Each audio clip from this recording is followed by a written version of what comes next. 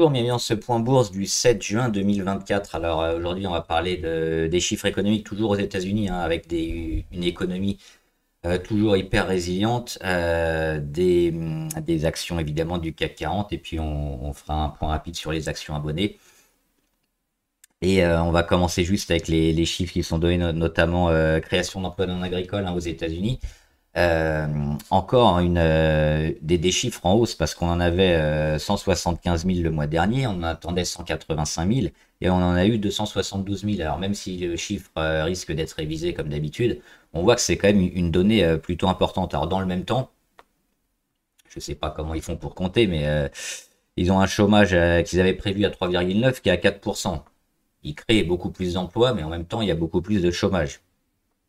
Je ne sais pas par quel miracle c'est possible quand on fait des prévisions, mais bon, c'est le cas. Et puis une chose aussi importante, c'est le salaire moyen horaire. Ça, c'est une stat très importante, notamment pour la Fed, hein, et Jérôme Powell qui va s'en servir pour baisser les taux le jour où il y aura véritablement un frein, hein, sur les salaires et sur l'emploi américain et sur la capacité d'injecter des fonds dans l'économie, parce que pour l'instant les ménages sont encore assez forts, et là on a eu des chiffres encore, on était à plus 0,2 le mois dernier, on attendait plus 0,3 et on a eu plus 0,4, donc on voit qu'on a toujours des salaires qui sont en hausse. Donc forcément dans ce contexte-là c'est compliqué d'avoir une inflation qui baisse, donc on le voit ici avec l'euro-dollar, et notamment ce qu'on avait dit, hein, avec cette donnée ici sur les 1,09. Donc là c'est l'euro-dollar, donc quand ça monte c'est l'euro qui monte. Quand ça baisse, c'est le dollar qui monte. Donc forcément, avec les chiffres sur l'économie américaine plutôt forte, avec la baisse également de la BCE sur ses taux directeurs de 0,25, forcément, le dollar devrait revenir plus fort ces prochaines semaines et ces prochains mois. C'est l'objectif, donc ça peut être intéressant, notamment si on a des actions en dollars directement, ou alors jouer directement la devise, hein, sur le Forex, comme c'est le cas avec encore une journée assez forte. Mais pour l'instant, on le voit, on n'arrive pas à passer le cap, mais certainement que ce sera fait, je pense, ces prochains jours. Donc à la baisse sur le graphique, ça veut dire quoi? Ça veut dire que le dollar devient de plus en plus fort, hein, et le but, c'est peut-être d'aller ici sur les 1,04, auquel cas on aurait, hein, on gagnerait environ 3%, hein. Alors, ça peut paraître pas énorme, mais sur les devises, c'est quand même relativement important en faveur du dollar. Donc si le dollar, si le graphe arrive ici, ça veut dire que le dollar sera beaucoup plus fort ces prochains mois. Et moi, c'est plutôt mon objectif et mon scénario.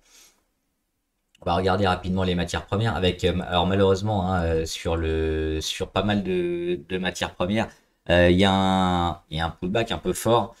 Et c'est pas sur les premiers niveaux qu'on a eu une réaction, hein. On avait noté deux niveaux, notamment ici sur le cuivre. Le premier ici, il est en train de lâcher. Donc on avait une belle zone potentiellement de réaction. On a eu une grosse baisse aujourd'hui. On l'a aussi sur plein de métaux, hein, l'or également. Donc on ira certainement taper ici les 4,25 sur le cuivre. Donc pareil, hein, sur toutes les valeurs en rapport avec le cuivre, et sur l'or aussi, pas mal de minières, hein, ont pas mal de mal en ce moment. C'est juste finalement un retour, un retour en pullback un peu à la moyenne, qui est tout à fait normal, qui remet pas en cause le scénario haussier, hein, qu'on a ici initié depuis le début de l'année. Mais forcément, quand on a des envolées comme ça assez fortes, il y a toujours des contre-coups au prorata. Donc là, c'est le cas. Faudra pas s'affoler, je pense, mais c'est vrai qu'à court terme, si on prend des positions, c'était mon cas notamment, j'avais pris une petite position là, qui est partie, hein, forcément. Le cuivre risque d'aller certainement un peu plus bas avant de, je pense, rebondir ici, hein, ces prochaines semaines. On le voit aussi au niveau des indicateurs, hein. Il y avait encore une certaine marge. Alors ça veut pas dire qu'on va pas rebondir. Des fois, on a quand même une marge assez haute, et puis on a des mouvements initiés qui sont tellement forts qu'on arrive à repartir. Ça aurait pu être le cas, c'est pas le cas sur la plupart des métaux. Le platine, idem. Avait une première zone ici probablement de réaction, elle a été bien cassée. Donc le but c'est quoi? C'est probablement de retrouver les moyennes les plus longues ici, retravailler, puis recasser dans quelques semaines. On le voit aussi également au niveau des indicateurs. Donc les métaux précieux sont en baisse, mais à moyen long terme, je pense qu'il y aura forcément du rebond prochainement. L'or, c'est pareil. L'or, il perd 3% aujourd'hui. et toujours haussier. Il ira peut-être un peu mettre du temps, retravailler, accumuler sur ces niveaux-là, sur les 2280 ou même peut-être un peu en dessous, mais il y aura forcément un moment où on va casser un peu plus fortement et on va continuer cette tendance haussière qui, je pense, n'est pas terminée en 2024. Et le blé, alors le blé, c'est pareil, le blé est un peu en avance par rapport à ce qu'on voit sur les métaux, mais c'est la même chose. On a un retournement qui est en train de se faire, on le voit ici sur le blé hein, depuis le printemps. Gros rebond, on note les niveaux pivots, surtout on dépasse les précédents rebonds, donc ça c'est important. Ici les 662 hein, sur les contrats à terme sur le blé, on va mettre un niveau à 720 et ensuite on fait le pullback. Donc c'est ce qu'il est en train de faire. Et le pullback ici, on a certainement une belle zone de réaction là, entre la moyenne à 200 et puis les plus bas, hein, sur la première lancée à 793, donc autour des 600 en gros.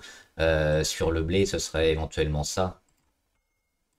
Un travail ici et puis un retour un peu plus fort après. Donc là, je pense qu'on va certainement peut-être encore un peu baisser, aller toucher la moyenne à 200, aller toucher une zone sous les 600 et puis petit à petit accumuler et reprendre la marche en avant sur le blé. Au niveau du Dow et du Nasdaq, il n'y a pas grand-chose, hein. On est relativement neutre aujourd'hui. On est plus qu'à la mi-séance, là on est bientôt à la fin. On va pas le faire. On a déjà parlé des chiffres, hein, notamment aux États-Unis.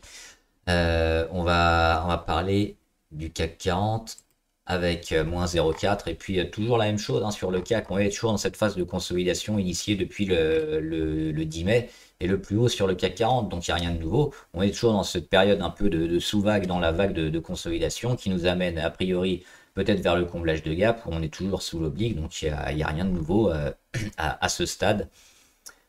Sur les indices qui ne font pas grand-chose. On va regarder quelques valeurs, notamment. On va regarder Stellantis. Alors Stellantis, pourquoi? Déjà, elle intéresse pas mal de monde généralement. Et on a eu là une annonce un peu sur un rappel de beaucoup. Je crois que c'est 1 million de véhicules. Donc ça fait beaucoup.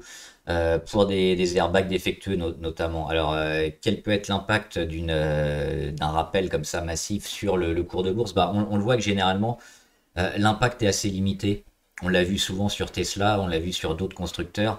Quand il y a des rappels même massifs comme ça joue un petit peu, mais c'est pas quelque chose qui va fondamentalement changer les données, même si ça va coûter un peu aux constructeurs. Donc je pense qu'à ce stade, il faut pas surréagir à cette nouvelle. Ce qu'on voit au niveau graphique, c'est quoi? On va mettre Stellantis. Hop, ce qu'on voit, c'est que déjà le titre va plutôt bien, même très bien, qu'il a fait un plus haut et qu'il a bénéficié d'une dynamique assez forte, et qu'il est juste ici finalement en consolidation, hein. On est toujours au-dessus de la moyenne à 200 qui est toujours haussière. Donc ça, c'est plutôt favorable. Au niveau des indicateurs, la consolidation semble terminée. On a rebondi déjà plusieurs fois sur les 20, hein, 20.15, on va arrondir à 20. Donc c'est une zone qui pour l'instant est défendue. Si elle lâche, il faudra voir peut-être éventuellement les 17, même si ça semble un peu loin, mais pourquoi pas. Mais plutôt ce qu'on attend, c'est la confirmation que la conso est terminée, et donc un début de construction. Alors la reprise en V, elle semble pas forcément plausible, même s'il y a toujours une possibilité sur les valeurs comme ça qui sont fortes, hein, on le voit.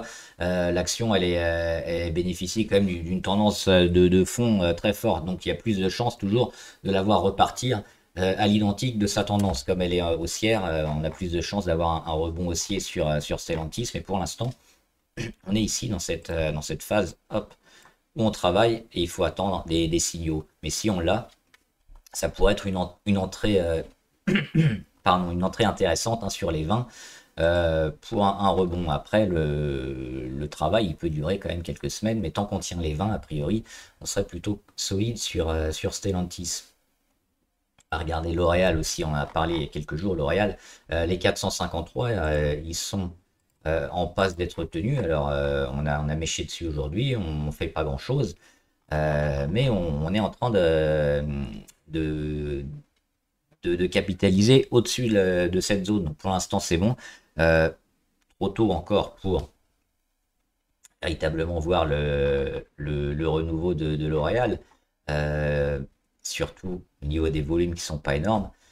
C'est assez neutre par ailleurs, hein, que ce soit la MACD, le RSI, on est quand même à 59, on est plutôt en zone acheteuse, donc on a quand même cassé des zones importantes, donc on verrait plutôt L'Oréal quand même aller vers le haut, mais ça reste tendre à ce stade-là. On est quand même plutôt largement positif sur L'Oréal, mais le jour où elle revient taper les 461 ou qu'elle confirme petit à petit en escalier, ce serait plutôt favorable quand même de se placer sur L'Oréal.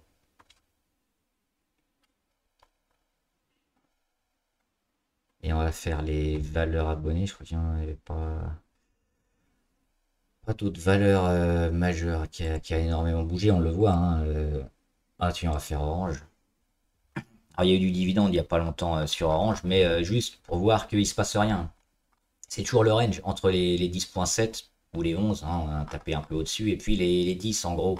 Donc on vient taper entre les deux et il se passe rien. Alors il y a pas mal de volume dernièrement, mais finalement c'est une tendance sans tendance, hein. On reste entre les 10 et les 11 et il y a rien. Donc on surveillera hein, s'il y a autre chose ces prochains jours, mais pour l'instant, les annonces d'Orange ou les résultats n'influent pas énormément hein, sur le titre. Et puis la visibilité aussi, hein. On sait que les télécoms sont pas forcément les mieux lotis. Quoi qu'il y a en Allemagne, je crois que c'est T-Mobile ou Deutsche Telekom qui est plutôt intéressant et un peu mieux loti, je crois, que Orange. Mais là, pour le coup, il n'y a pas grand-chose à faire. Et on va regarder les actions abonnées. Alors, il y en avait des nouvelles.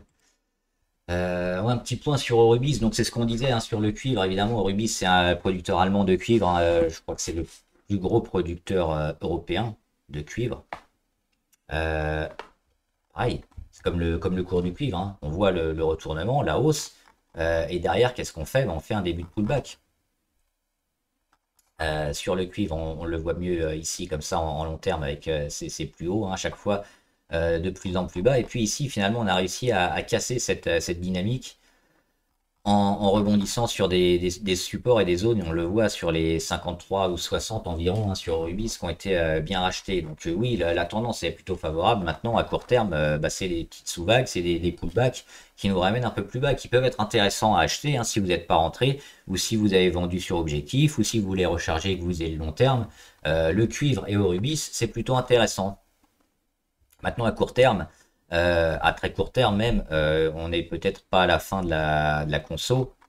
On ira peut-être encore casser un peu, retrouver les 68-69, mais finalement, pour le moyen terme, c'est pas forcément le plus important. On le voit aussi qu'on a éventuellement une oblique momentum ici sur les plus bas, sur lesquels on peut rebondir, ou sinon les moyennes en bas, autour des 69.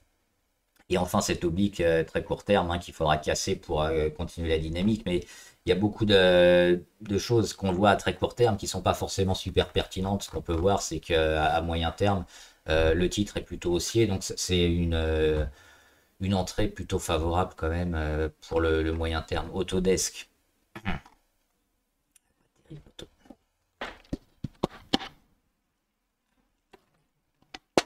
Pardon. Pas terrible Autodesk parce que gap baissier, parce que cassure de la moyenne à 200, parce que tentative de revenir, et puis pour l'instant on n'y arrive pas, hein. On bloque, on lutte, mais on n'arrive pas à revenir, il y a encore des gros volumes, mais on est baissier hein, sous cette oblique, alors si on regarde en plus long terme, il y a eu quelque chose d'intéressant qui nous permet de mettre des bonnes zones, par exemple, hein, ici, mais il faut encore recasser ça et puis éventuellement on a encore une baisse sur les 180 potentiellement. Alors là on a quand même des gros volumes ici. Donc ils sont faits sur gap haussier, donc ça s'est fait en overnight. Ça c'est plutôt bien. Mais la tendance elle reste quand même un peu moisie. Donc plutôt attendre hein, sur ce genre de valeur. Reposez-moi la question dans quelques jours ou quelques semaines, mais là on évite quand même de se positionner sur ce genre de valeur. BYD, alors il y avait Xpeng aussi. BYD qui fait un petit rebond, et pour l'instant c'est timide, hein, toujours dans l'optique de suivre un peu le continent, enfin le pays chinois plus que le continent. Il y a l'Inde aussi, mais au niveau de la Chine, on attend toujours le redémarrage qui met un peu de temps, mais qui devrait arriver. Et on le voit sur pas mal de valeurs quand même. On a touché les plus bas depuis un moment et puis on s'en écarte petit à petit. Donc sur BYD c'est pareil, on retrouve aussi cette zone autour de la moyenne à 200, on est au-dessus.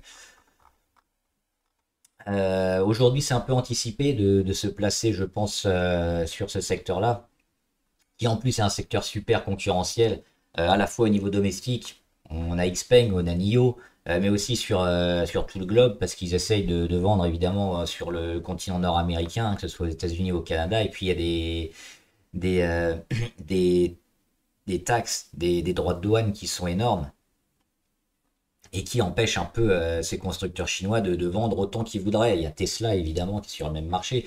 Donc tout ça fait que bah, finalement tous les constructeurs auto et électriques et hybrides sont, je pense pas forcément, vont pas forcément être survalorisés. On va faire attention, on va être assez sélectif. Mais par contre, quand on aura des signaux forts de reprise sur secteur, ça risque de partir un peu. Tous les constructeurs devraient bien partir. Mais on l'a pas encore, je pense, ce signal un peu macroéconomique avec une relance du secteur auto.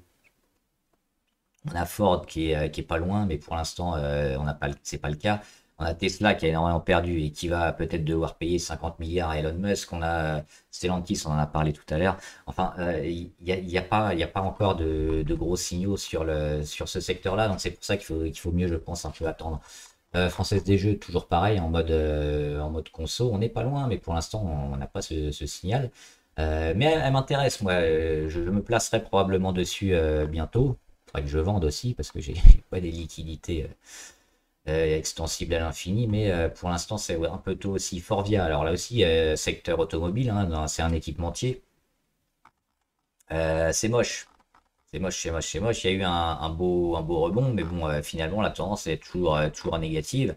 On est toujours baissier. Euh, Qu'est-ce que c'est que ça?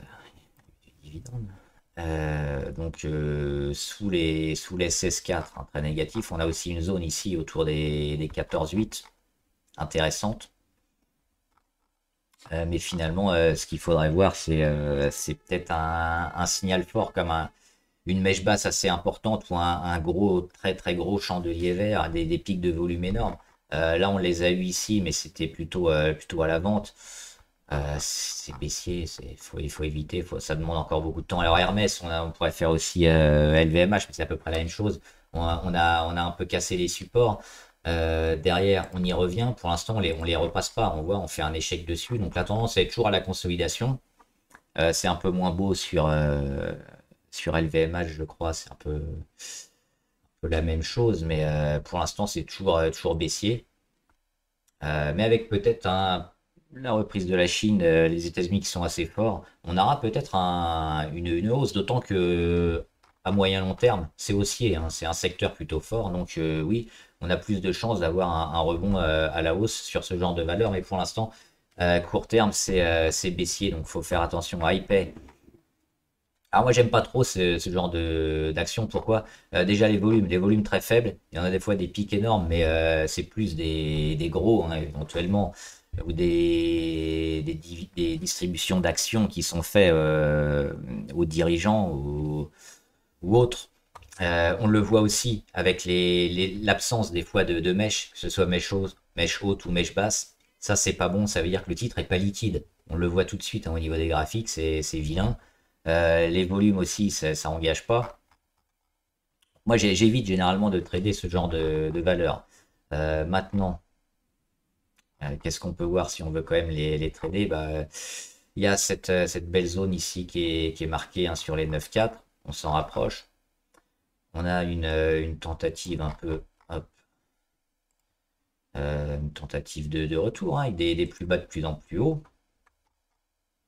Un petit gap, alors ouais, mais c'est tellement illiquide que les gaps, ça veut pas forcément dire autant que sur des valeurs un peu plus liquides. Là, c'est un peu compliqué à analyser. Alors oui, si on a, allez, en gros, on va faire comme ça, hein. Si on a, il est où mon stylo? Il est là. Hop. Si on a un peu un travail de congestion comme ça, et puis une belle sortie là, ouais, éventuellement ça peut être un signal intéressant, mais moi j'aime pas ce genre de valeur. Hoffman, Green Ciment, bah, ils sont repartis finalement. Alors il y a des émissions d'actions, hein, de nouvelles actions qui risquent de diluer un petit peu. Le titre reste haussier. On avait les 11,85 qui avaient un peu de mal, qui finalement ont lâché aujourd'hui. Les volumes sont pas énormes aujourd'hui, hein. On fait une grosse journée à quasiment plus 6 sans faire de volume énorme. Alors la tendance est toujours haussière, on n'est pas baissier. Moi j'étais parti parce que court terme déjà on avait fait un gros bond. Ça vaudra peut-être le coup de revenir, mais je m'attendrais plus à une conso un peu forte à un moment, ou de l'accumulation. Alors la tendance pour l'instant, le signal il est fort, hein. On a cassé les 11,85, mais vérifier la date d'émission d'actions ou d'obligations qui risque de diluer un peu le Hoffman. Et puis souvent ça monte avant les dilutions et puis après ça rebaisse assez fortement. Donc c'est ça qu'il faudra quand même faire attention sur Hoffman si on est dessus en court terme. Intel, non, toujours rien sur Intel. Alors on a arrêté de baisser, c'est très bien. On est en train d'accumuler ici sur des supports autour de 30. Ça c'est plutôt bien parce que c'est un niveau bien marqué, hein, ici, les 30,3. Donc très bien, on accumule, mais pour l'instant il se passe rien. On attend. On a fait un gap baissier, on ne l'a toujours pas comblé, hein, sur les 34. On a fait un premier rebond technique sur les 32. C'est un peu faiblard. Et pour l'instant, moi je préfère AMD par exemple, hein, que Intel. Pour l'instant, Intel, le pari il est un peu risqué. L'Oréal, on l'a fait tout à l'heure. Meta Platform, ouais, j'avais dit que c'était bien. Meta Platform, on avait comblé le gap ici sur les 484. On se maintient au-dessus, donc c'est une porte d'entrée intéressante pour acheter maintenant, je pense, sur Meta Platform. Plutôt favorable, hein, sur Facebook. Micron Technologie, alors on a fait un beau gap haussier ici. On est revenu sur les 106, 107 s'en servir et puis relancer la tendance. Impressionnant, hein, on le voit ici en long terme. Maintenant, la porte d'entrée court terme, un peu risquée. On est assez loin de nos moyennes les plus longues, hein. On est à 47% sur Micron. J'ai pas regardé les fondamentaux, hein, sur Micron. Éventuellement, ça peut valoir le coup dans une optique long terme, mais on a quand même ici une montée en exponentielle assez impressionnante. Et généralement, c'est pas sur le haut qu'on va rentrer.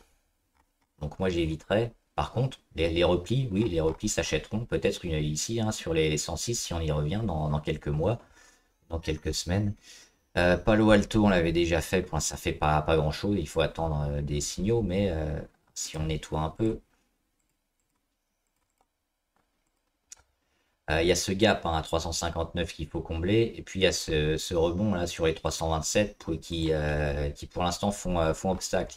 C'est négatif. Le côté positif, on a quand même cette tendance un peu haussière. Donc ce qu'on peut espérer, c'est quoi? Du travail entre les deux. Et puis casser vers le haut, c'est positif. Sinon, casser vers le bas, c'est négatif. Et puis par contre, on revient sur les 258. Ça peut servir de rebond et d'achat. Donc on a plusieurs scénarios, hein. Le premier, on casse les 327, on se balade dans la zone de gap plutôt favorable, donc on peut acheter. La deuxième, on casse ici, à court terme c'est très mauvais, mais on revient sur les 258 pour acheter le rebond. Rémi Cointreau, comme Pernod Ricard, comme pas mal de spiritueux, c'est trop tôt, on en parle depuis un moment, et puis on a comme objectif la rentrée, hein, septembre ou octobre. Ça nous mettrait alors, sur Pernod Ricard surtout, sur Rémi Cointreau, c'est à peu près les mêmes graphes, mais sur Pernod Ricard, je crois que c'était autour de septembre, avec une zone ici qui permettra certainement un rebond, mais là pour l'instant c'est toujours baissier, faut éviter, hein, ce genre de choses, jamais acheter, ou alors pour du très court terme. Mais par contre, On aura peut-être une fois que les déstockages seront terminés, hein, et que la demande va reprendre, ça pourrait être intéressant, hein, de se mettre sur Rémi Cointreau ou Pernod Ricard, mais pas avant la rentrée, je pense. Safran, on l'avait déjà fait. Toujours haussier, alors peut-être un petit retour vers les 197 où le gap semble un peu loin, mais ce sera pas impossible. C'est haussier depuis tellement longtemps que on peut s'attendre peut-être à une période un peu soit de latéralisation, soit un rebond à aller chercher pour repartir. La zone de gap semble un peu loin. 16% sur une action haussière comme ça fait un peu beaucoup, mais plutôt peut-être capitaliser ici, hein, hop, toute cette zone-là avant de repartir. D'autant que la visibilité est plutôt forte et intéressante sur Safran, donc on serait plutôt enclin à les voir toujours haussier à moyen terme, mais là à court terme, peut-être une période de digestion, hein, parce qu'on le voit aussi, on est parti un peu haut rapidement, séché environnement. Voilà, on avait déjà parlé visiblement. Avec oui, la zone ici, hein, autour des 96, qui peut être intéressante. Et puis je crois que sur séché environnement, on a même une. Je crois qu'on le voit mieux en hebdo. Hop, hop, comme ça. On a éventuellement ça, hein, sur séché environnement. Alors pour l'instant on est dessus, ça tient. Même si on enfonce un peu, hein, c'est pas au point près. Par contre, si on se maintient toujours sur ces niveaux-là pendant plusieurs semaines, ce sera mauvais. Il faut commencer à repartir là. Sinon, on va casser la dynamique. Donc, on est sur une zone un peu potentiellement de réaction. Mais on n'est pas loin aussi de la casser. Donc, attendant d'avoir plus de chandeliers. Puis je pense que ouais, peut-être plus parlant en hebdomadaire sur ces chiens environnement. Et hop, comme ça. Donc on surveillera ces niveaux-là clés éventuellement. Avec hop, une belle zone de travail là autour des 100 environ, hein, 100 euros. Et puis un début de conso. Donc tout le travail qu'on peut faire là sera à suivre. Super microcomputer. On va se remettre en journalier. C'est pas mal. On n'est pas allé ici finalement. On a explosé un peu avant, on en est revenu. Belle réaction quand même autour des 700, hein. Moi j'aime bien parce que on fait des débuts de réaction et puis après on ne rend pas tellement, on réagit plutôt sur les 690. Alors éventuellement, hop, on a cette deuxième oblique à recasser un peu plus tard, mais ouais, tout le travail ici peut être intéressant en termes d'accumulation avant de repartir. C'est plutôt intéressant. Par contre, on casse les 700. Attention, hein, sur SMC, j'aurais pas le même discours. Uranium Énergie. On a eu une grosse hausse très rapide, hein, sur Uranium Énergie depuis l'été 2023. Forcément, elle doit digérer. Donc, elle est en train de digérer justement avec des niveaux bien marqués. Donc, on attend éventuellement une réaction, hein, sur les 6. On est en train de travailler la moyenne à 200, donc c'est pareil, hein, ce qu'il faudrait faire, c'est travailler ici et puis repartir, éventuellement faire du range. Sur l'uranium aussi, Uranium Royalty fait pas grand-chose dernièrement, mais c'est plutôt aussi à long terme, donc c'est plutôt une zone intéressante, je pense, à acheter avec une visée un peu plus longue. Valourec, rien de nouveau sur Valourec, toujours sa phase de congestion. Hop, ici, on tient les 15,5. Alors, il y a aussi les 15, hein, il y a un petit gap entre les 15 et les 15,50.